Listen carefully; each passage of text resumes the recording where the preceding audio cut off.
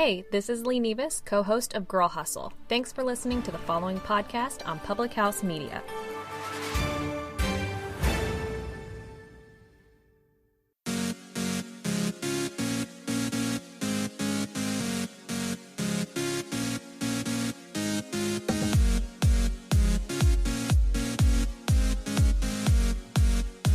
Burnout is not giving too much of yourself. It's about trying to give what you do not possess. Hello, welcome to Choose to Rise. I am so grateful that you are here with me today, and I am so filled up that you have decided to push play and that you are here wanting to get better, wanting to rise up and live your best life. I am so pumped that you're here because I want to share with you some tips and strategies today to beat burnout. And remember that burnout is not about giving too much of yourself, which is oftentimes what I thought it was. It's about trying to give what you do not possess. It's trying to give the love to other people that you don't yet have for yourself. It's trying to give the energy to other people that you do not yet have yourself. It is trying to give from an empty tank. And it's so much about trying to give the things that you don't necessarily have, not so much about giving too much of yourself. Because there's always more of us to give if we have it inside of us, but we have to have it ourselves first. Burnout has now been recognized as an occupational syndrome that comes from stress, overwhelm, and improper coping to maintain a work-life balance. And if I were to be completely honest with you, someone that has been pulled in a million directions for a lot of my life, and it's a doer and action taker, someone who just goes and does all the things, like my schedule cannot be full enough kind of person, there is no such thing as work-life balance, right? It's really just about juggling it all and making it fit to reach the priorities and the things that you want in life. You have time to work out. You have time to eat well. You have time to do the job. You have time to spend time with your family. You just have to prioritize the time that you have to do the things that you actually say that you want to do. There are always going to be times when life is busier than others. There's always going to be things that are going on in the world that where you have prolonged chronic work or work stress and things that you're suffering from in a lot of ways. Like there's going to be negative things that happen in life. We are not guaranteed a perfect life. We are guaranteed a life of love and happiness and joy when we plug into those things. But there are lots of things that you can do to determine how you respond to the situations of life that happen to you. Everything that we do is a response. Everything that we experience is a response to the things that happen to us, the things that happen for us in life, and the things that are going on around us. So I want to share with you today 7 little strategies, 7 little things that you can do, talk about, and how you can beat that burnout, right? So like I said, burnout has been recognized now as an occupational syndrome that comes from stress, overwhelm, and improper coping to maintain a work-life balance. And like I said, it just isn't there. But if we, as someone who suffered from burnout, I can assure you that the strenuous, taxing thing that we do to ourselves, physically, mentally, emotionally, and it's all associated with all of the anxiety and the lack of focus and the stress and the depression and the fatigue that so many of us experience on a daily basis. Stress and anxiety is one of the number one things that someone is going to seek therapy for in our world today. Like 80% of people that go to therapy sessions are going because they feel depressed, because they are anxious thoughts, they lack focus, they're tired, they're just mentally exhausted. But you can do so many things yourself to counterbalance those things. We're putting a lot of pressure on ourselves to be fulfilled. We're putting a lot of pressure on ourselves to live that vibrant life and to live that Instagram worthy look, right? But when you are really focusing on who you are, whose you are, and really focusing on some self-care, some things that I'm going to share with you today, they're going to help you beat that burnout and fill your cup so that you have plenty of you to give to other people like you want to do. All right. So let's get into these activities and let's talk about how it is that you can be preventative in dealing with the syndrome of life of overwhelm and stress and all the things. Okay. Number 1, practice compassion for yourself and your mindfulness daily. Yes, practice compassion for yourself. Again, back to that quote, like you can't give to other people what you don't have for yourself. So practicing compassion and mindfulness, acknowledging our thoughts and feelings in the current moment and accepting them rather than resisting or avoiding them to be protective against stress and anxiety. When we allow the feelings to come up and we can deal with those feelings and acknowledge them and we get ourselves We can get rid of we get rid of the power of the negative thing around us by feeling them. We get rid of the negative and debilitating emotions by focusing on loving gratitude for the present moment and whatever it is that's coming our way. Everything that happens to us in life has a lesson to it. And when we can look at the lesson versus looking at the struggle, we're going to make sure that we're having compassion for ourselves and being mindful of the situation and become stronger because of it. In the present moment, we can ease our feelings and stress and anxiety and help our mental and physical health stay strong and face the workplace stress or the family stress or the things that are happening around us. But giving yourself compassion, understanding that how we respond to situations is really what dictates the rest of our life, that matters. Number 2, make your own self-care a priority. Valuing yourself and your long-term health is the utmost important thing to do if you're wanting to live a healthier and more fulfilled life and to be able to give to other people. Thinking of self-care as a way of life and putting yourself first on that to-do list, filling your own cup before you go try to pour into other people, that just matters so much. So remember, when you get on the airplane, what is the stewardess always telling us, right? When the oxygen masks fall, because if we were to have a problem, put your mask on first. Because in order to help other people, you have to be able to breathe. And in order to help other people, you have to be able to love yourself. In order to help other people, you have to value your self-care and your importance so that you can help other people do the same. Learning simple life hacks to bring self-care activities into your busy day is a great way to fit in some protection against the unwanted burnout. Remember, it's okay to say no to things. It's okay to put boundaries up in your life, and it's really valuable that you do that sometimes.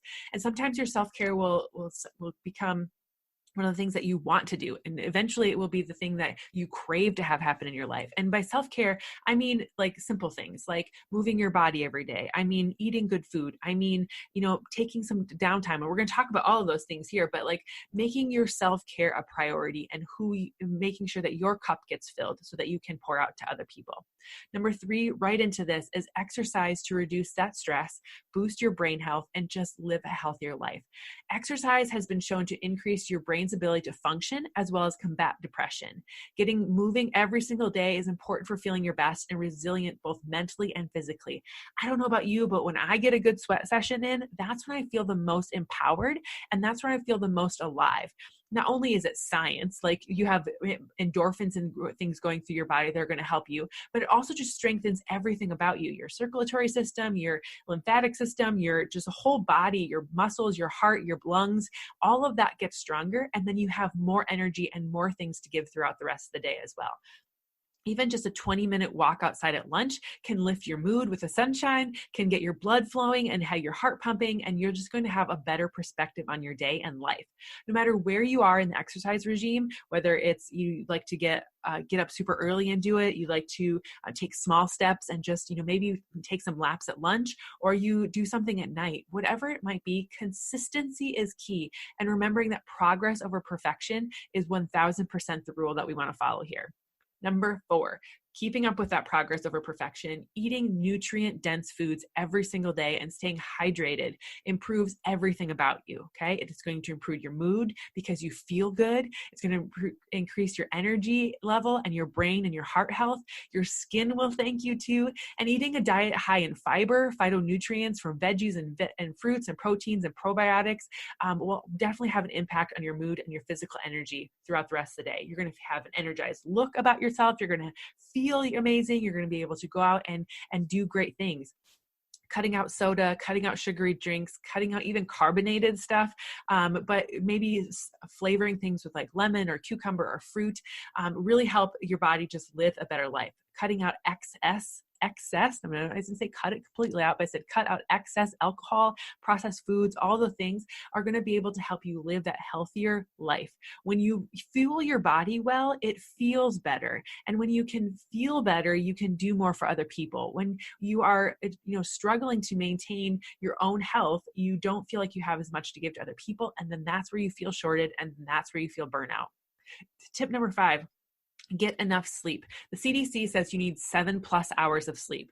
And remember that sleep isn't just rest. Sleep is the way for your body and your brain to heal during the night. And it's the utmost importance that you take time for your body to replenish itself at the cellular level. Not just getting rest so that you feel more alive, but it's that sleeping enough helps you show up with helps you with your mood. It helps you with your weight control. It helps you with cognition and attention and an immune system. That sleep that you get at night, especially if it's uninterrupted sleep at night, is definitely going to help you get more peaceful and a more calm environment, but it's also going to help you just heal yourself, removing the toxins from your system, removing those free radicals that are floating around in you and causing havoc in your body. Getting enough sleep is so important on so many levels. The next one I have for you is relax and de-stress regularly. And like this, I mean, is like actual take time to relax and have fun, smiling, doing fun things, laughing, spending time with people you love, calling a friend, doing meditation, laying by the pool. Get creative. Maybe it's a yoga session. Maybe it's snuggling with your dog. Maybe it's getting into a writing class or a painting class or going and listening to live music. Whatever you need to do, have something in your life where you can just reduce stress by being in a situation and loving life and at the moment. I would say schedule in maybe a weekly date night that you get to hang out with your husband, your spouse, or your significant other. Maybe you are just going and hanging with friends, scheduling those things in, or maybe it's just sitting at home in the quiet space because you're an introvert and you love to just maybe sit in a bubble bath or read a good book or maybe binge that Netflix, for an hour and just relax and de-stress yourself. I love being able to just find that quiet space and do some meditation myself. And that really helps me just be more vibrant and alive the next time I do something. Number 7, the last tip I have for you is take time to connect with yourself. And I would also add your maker, right? Taking time to get to know yourself, getting to know him as your God. And when you get to know each other, you get to know so much more about life and where you're headed. All too often we find ourselves on the roller coaster of life, going through all the motions on the other people's timelines, and taking time to do some self-reflection and really figuring out who you are and whose you are really helps you connect with your purpose and your heart's desires. God has placed lots of abilities and passions and things inside of you, a purpose, a plan for you in this life. He's put all of them inside of you, all these treasures and abilities and skills. And what ignites those passions and puts your soul on fire is all of those things that are happening inside of you. And you just have to go be inspired and then go do something with them. What are your long-term goals and dreams? What are the things that are happening in your life that light you up that you can go connect to and do more of in this world? Connect with those things and analyze if your current situation is going to get you there. Because if they're not going to get you to where you want to go, maybe it's time to make some changes. And if you're, on the road of trying to fulfill your purpose and you want to be more motivated and you want to keep working and seeing where all that hard work is going to pay off with a positive light, I would love to help feed your passion. I would love to help you get out of that feeling lost. I would love to help you be your absolute best self. Talk to a coach like me. Talk to our team. We actually are doing a self-love club here in February, and I would love to have you being a part of that. Our team is opening up for the self-love club, and we want you to be in there learning how to love yourself, learning how to respect yourself, learning how to really give all of these things with amazing tools that are great for busy people like you and me. They're schedule friendly, they're budget friendly, they're compassionate and amazing. And we want to help you recover from this burnout syndrome that we're all having. We want to reduce the anxiety, reduce the depression in this world, get you in a space where you love yourself and you're filling your cup first so that you can go out and serve and fill the cups of all the people that you're surrounding with yourself every single day. So if that's something you're interested in, I would love to talk with you about that. And we would love to have you a part of this crew with us. This has literally changed my life in so many ways, and I just cannot help but share it with everyone around me, right? And if you are listening to this in a different month, later on than when we're doing this here in February, still connect with me and talk about this, because we're always bringing people into our tribe. We're always bringing people into this amazing opportunity to just love who you are, because that's why I exist here on Choose to Rise. I want you to rise up and live your best life. I want you to be experiencing a community of people who want the best for you, and that you get to pour into them as well, because we fill each other's cup, and rising tides raise all ships. And so come be in our harbor with us. Come hang out here and take courage and go do it, because it's just so amazing when we do. So thank you so much for being here today. If you love this show, please go to Apple iTunes and leave a rating and review. And if you are here for maybe the first time and you're like, hey, this is kind of cool, maybe hit subscribe and tell a friend about Choose to Rise so that we can expand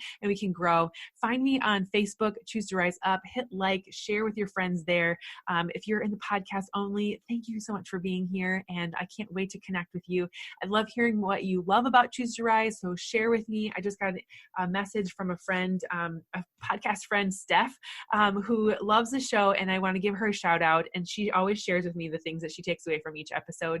And that fills my cup. That helps me give me good feedback and know what's important to you as well. And it also is great to know what you love about the show so I can keep doing more of that. So thanks so much for joining me today. I can't wait to see and hear from you again next time. And we'll talk to you soon. Have a great day.